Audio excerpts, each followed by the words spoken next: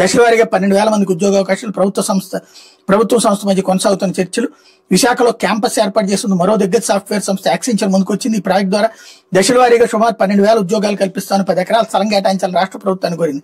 ఇటీవల ఐటీ సంస్థలు కేటాయించిన విధానంలోనే భూమి కేటాయించాలని కోరింది. ఈ ప్రతిపాదనను రాష్ట్ర ప్రభుత్వం పరిశీలిస్తూ త్వరలోనే దీనికి ఆమోదం లభించబోతుంది. యాక్సెంచర్ ప్రపంచవ్యాప్తంగా సుమారు 7.9 లక్షల మంది ఉద్యోగులు ఉంటే ఇందులో 3 లక్షల మందికి పైగా భారత్ లో పనిచేస్తున్నారు అన్నట్టు వార్తనే హైలైట్ చేసింది. అంటే 99 బేసులకే ఇవ్వమని అడుగుతున్నారు వీళ్ళు కూడా.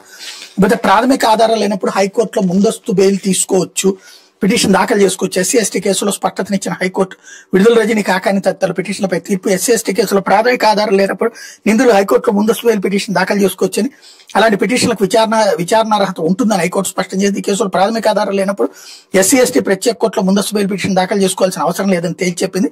సిఆర్పిసి సెక్షన్ 438 కింద ముందస్తు బెయిల్ పిటిషన్ విచారించి అసలు విచారణ పరిధి ఎస్సీ ఎస్టీ చట్టంలో సెక్షన్ 14A ప్రకారం అప్పీల్ విచారించి అప్పీలేట్ పరిధి హైకోర్టుకు ఉంటుందని వెల్లడించింది. ఒకవేళ ప్రాథమిక ఆధారం ఉంటే హైకోర్టు ముందస్తు బెయిల్ పిటిషన్ వేయడంపై ఎస్సీ ఎస్టీ చట్టంలో సెక్షన్ 18A ప్రకారం నిషేధం వర్తిస్తుందని తెలిపింది.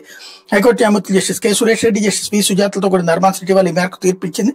ఈ తీర్పుతో పాటు ఎస్సీ ఎస్టీ కేసులో ముందస్తు బెయిల్ పిటిషన్ హైకోర్టు సీజే ముందుంచాలని రిజిస్ట్రీని ఆదేశించింది అన్నటువంటి వార్తని హైలైట్ చేశారు.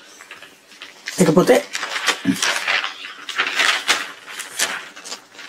ఏదైతే రాష్ట్ర వ్యాప్తంగా ఉన్నటువంటి వివిధ అంశాలకు సంబంధించినటువంటి పాయింట్స్ ని హైలైట్ చేసుకుంటూ వచ్చే బ్రహ్మోత్సవాలకు వైభవంగా అంకురార్పణ అన్నటువంటిది కలియుగ ప్రత్యక్ష దైవం శ్రీనివాసుడి వార్షిక బ్రహ్మోత్సవాలు తిరుమల తిరుపతి దేవస్థానం మంగళవారం శ్రీకారం చుట్టింది. రాత్రి 7 నుంచి 8 గంటల మధ్య అంకురార్పణతో ఉత్సవాలు ఆరంభించింది. శ్రీవారి సేనాధిపతి